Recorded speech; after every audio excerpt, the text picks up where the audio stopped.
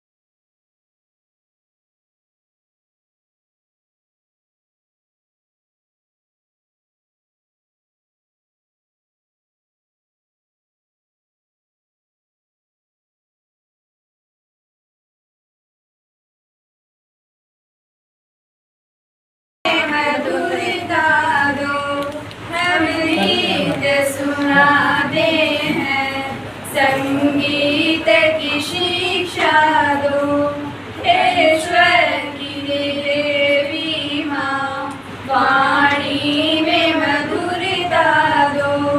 हम गीत सुनाते हैं, संगीत की शिक्षा दो। सरगम का ज्ञान नहीं, नारे का ठिकाना है, तुझे राजसभा में माँ हमें दर्श दिखाना है। संगीत समंदर से स्वरकार हमें दे दो, हे स्वर की देवी माँ, वाणी में मधुरता दो। हम गीत सुनाते हैं, संगीत की शिक्षा दो। सर्ववीणा भक्ति है, सेवा का ज्ञान नहीं, तुझे आज सुनाने को कोई सुंदर गान नहीं। गीतों के खजानों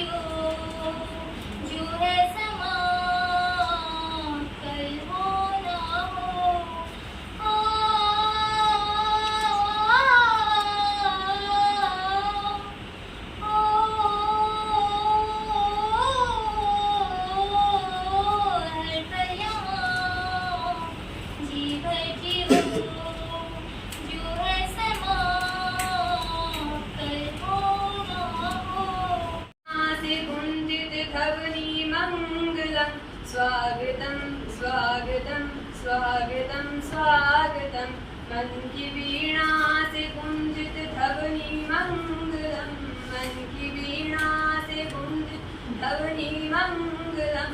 स्वागतम स्वागतम स्वागतम स्वागतम, कैसा पावन सुहावन समय आज है, आप आए अतिथियों का सरताज है। कैसा पावन सुहावन समय आज है, आप आए अतिथियों का सरताज है। देव की भांति पूजन करें आज हम, देव की भांति पूजन करें आज हम। स्वागतम स्वागतम स्वागतम स्वागतम, मन की वीणा से गुंजित ध्वनि मंगलम, मन की वीणा से गुंजित ध्वनि मंगलम। स्वागतम स्वागतम स्वागतम स्वागतम। इम्तिहान बाकी है, बाकी है। अभी तो आपकी सिर्फ आपने नापी है मुट्ठी भर जमीन, अभी तो पूरा आसमान बाकी है। प्रवेश लेने से काम नहीं चलेगा, प्रतियोगी परीक्षा को पास करके दिखाना पड़ेगा। अगर आप सरकारी नौकरी लगना चाहते हैं तो मैं आपको 5 बातें बता रहा हूँ, उनको जीवन में सदैव स्मरण रखना, भूलना मत। ये 5 बातें जो विद्यार्थी अपने जीवन में रखता है वो निश्चित रूप से किसी भी परीक्षा को पास कर लेगा। पहला है लक्ष्य एकदम स्पष्ट हो, मुझे इस फील्ड में जाना है तो जाना है। अब नहीं, अब मुझे आरएस बढ़ना है तो बढ़ना है, फिर क्या है, आपको कोई कांस्टेबल की नौकरी करनी है। आपने जब लक्ष्य स्पष्ट बना लिया कि मुझे ये काम करना है तो करना है। लक्ष्य निर्धारित रखो कि मुझे जितनी भी सरकार की वैकेंसी आती हैं, मैं दिल्ली पुलिस में जाना चाहता हूँ, स्पष्ट है दिल्ली पुलिस। अब आपको राजस्थान पुलिस में कांस्टेबल की भर्ती निकले, आप उसके कहोगे नहीं इसमें नहीं होगा तो इसमें हो जाएगा। इसलिए आपके मन में द्वंद्व चल रहा है, आपने पहले नेगेटिविटी उत्पन्न कर रखी है कि दिल्ली पुलिस में नहीं होगा तो राजस्थान पुलिस में हो जाएगा। ऐसा नहीं होगा। लक्ष्य एकदम स्पष्ट रखो, माता पिता के प्रति कटिबद्धता रखो। इस जीवन में बहुत बार, अक्सर मैं कई बार कहता हूँ कि जननी जने तो ऐसो जन के दाता के सूर, नहीं तो रह दे बांगड़ी मत गवाए लूर। आपको देखो, माता जी यहाँ बैठी है, ये इनके मन में क्या है, इनके मन के भाव क्या है कि मेरे जो बच्चे यहाँ पढ़ रहे हैं संस्थान में वो नौकरी लगे। आपके सबके माता पिता का लक्ष्य है कि मेरा बेटा कोचिंग में जा रहा है वो नौकरी लगे। अरे कोई तुम लोगों को यहाँ एसी में बैठने के लिए कोई धूप में सीख रहा है। इस बात को जीवन में सदैव स्मरण रखो कि तुम लोगों को यहाँ जो सुख सुविधाएं दी जा रही हैं, इसके पीछे तुम्हारी फीस के लिए तुम्हारे माता पिता कितने परेशान होते हैं। उनकी एक बात को जीवन में स्मरण रखो कि मैं यहाँ से जाऊंगा तो मेरी माँ मुझे पूछेगी आज बेटा क्या पढ़ गया है। कोचिंग के साथ किसी भी प्रकार का समझौता मत करो। मतलब जब मैंने यहाँ शुरू की थी भाई साहब ने और हमने, तो हम लोगों ने एक ही बात की थी कि हम समझौता नहीं करेंगे, पढ़ाई में किसी प्रकार का कोई समझौता नहीं करेंगे, न ही समझौते को स्वीकार करेंगे। दिया जाएगा क्योंकि अभी टाइम पड़ा है एग्जाम का, दिल्ली पुलिस और एसएससी का टाइम है।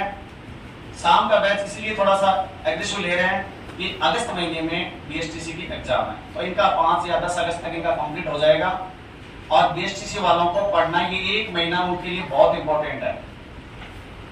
और इसके साथ बीएसटीसी वालों को मैं कहना चाह रहा हूँ, जो भी बच्चा बीएसटीसी में सिलेक्ट होगा अपने इंस्टीट्यूट से, उसको प्रत्येक बच्चे को मेरी तरफ से 1100 रुपए इनाम भी दिए जाएंगे, प्रत्येक बच्चे को।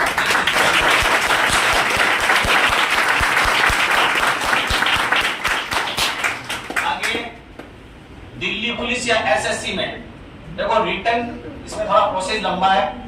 रिटर्न अगर कोई क्लियर करता है तो उसको 5100 रुपए, और जिसका फाइनल सिलेक्शन हो जाएगा, लास्ट तक फाइनल सिलेक्शन, उसको 11,000 रुपए मेरी तरफ से व्यक्तिगत।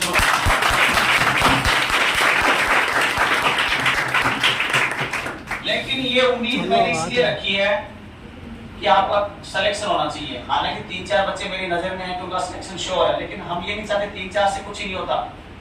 अधिकतम सिलेक्शन देने की कोशिश करो आप, ताकि ये बड़ी कोचिंग इंस्टीट्यूट वाले ये भी देखें कि हाँ, एक छोटे से कस्बे में 100 बच्चों में से हमने 20 या 25 यानी एडमिशन के साथ साथ 100 बच्चों में से 20 या 25 अगर हमने दे दिए तो उनके तक बात पहुंचेगी और उनको भी अपनी स्थिति में सुधार करना होगा। हम उनसे कोई मुकाबला नहीं कर रहे, लेकिन मैं आपको विश्वास चाहता हूँ, जो चीजें वहां मिल रही है वो यहाँ हम प्रोवाइड करवा रहे हैं कि नहीं करवा रहे हैं। हम पूरी कोशिश कर रहे हैं कि जो सिक्के या जयपुर में जो मिल रहा है वो यहाँ दिलाएं आपको। फीस में कंपैरिजन कर लेना, उनकी फीस में और हमारी फीस में। हमने यही सोच के मुकदमे चुना था कि लड़कियां सीखकर जाने में सक्षम है। दिल्ली घर वाले वहां नहीं भेज पाते उनको, और अगर भेजेंगे तो हॉस्टल में रहेंगे तो 1 लाख रुपए हॉस्टल, जिसमें विद्यार्थी को कहीं अन्य स्थान पे भटकने की कोई आवश्यकता नहीं है। अगर विद्यार्थी उसका सपना है सेना में जाने का, तो हम अपनी खुद की हमारी एकेडमी है और उस एकेडमी का बहुत जल्द ही जैसा साहब उसको प्राथमिकता देंगे और बहुत जल्दी उस पूरे प्रोसेस को मेरा तो ये भाव ही है कि 6 महीने में हम तो उस पूरे प्रोजेक्ट को धरातल पर उतार दें। एक ऐसा प्रोजेक्ट जिसमें विद्यार्थी के लिए फिजिकल ट्रेनर रहेगा, दौड़ की व्यवस्थाएं, तमाम जितनी भी फिजिकल एक्टिविटी होंगी चाहे उसके गेम से संबंधित हो, एक ही फीस में होंगी।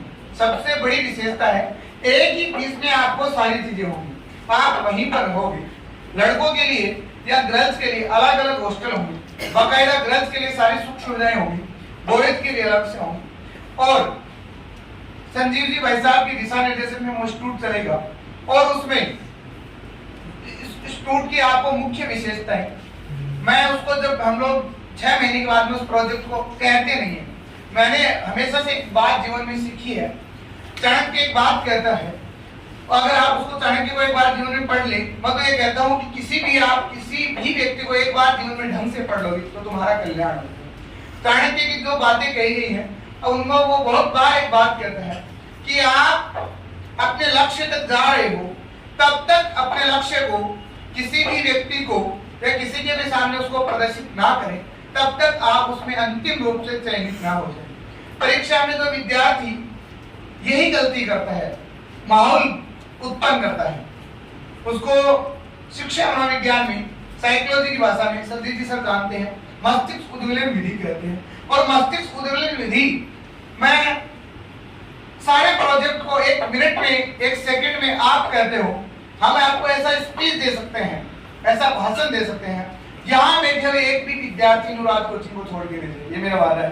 क्योंकि मैंने तमाम जगह सेमिनारों में किया है और हम लोग जब भी हमारे सेमिनार होते हैं हम वो बातें बताते हैं जो मेरी आत्मा कहती है, यार ये बात विद्यार्थी को बतानी चाहिए, सत्य है, इसमें किसी भी प्रकार का कोई परहेज नहीं है, इसमें विद्यार्थी का हित होता है।